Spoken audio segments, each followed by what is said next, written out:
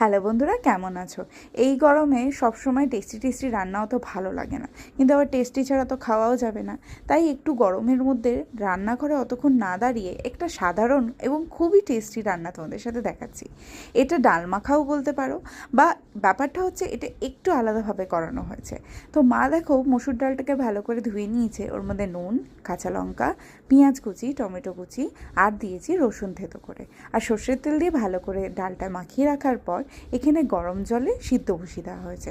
আর test বাড়ানোর জন্য আর টেক্সচারটাও একটুখানি গাঢ় করার জন্য এখানে আলুও দিয়ে দিতে পারো কুচি কুচি করে কেটে। তারপর দেখো ডাল সিদ্ধ হয়ে গেছে। পরিবেশন করার সময় কাঁচা সর্ষের তেল আর একটু কাঁচা লঙ্কা কুচিয়ে তোমরা দিলে কিন্তু এটা অপূর্ব টেস্ট লাগবে। এটা আমরা রাত্রিবেলা ডিনারে খেয়েছিলাম। সত্যি আর রান্না করতে সেরকম ইচ্ছা না করলে এইরকম ধরনের তোমরা চটজলদি রেসিপি ট্রাই করতে পারো, এবং অবশ্যই জানিও তোমাদের এটা কেমন লাগলো। Till then, tata.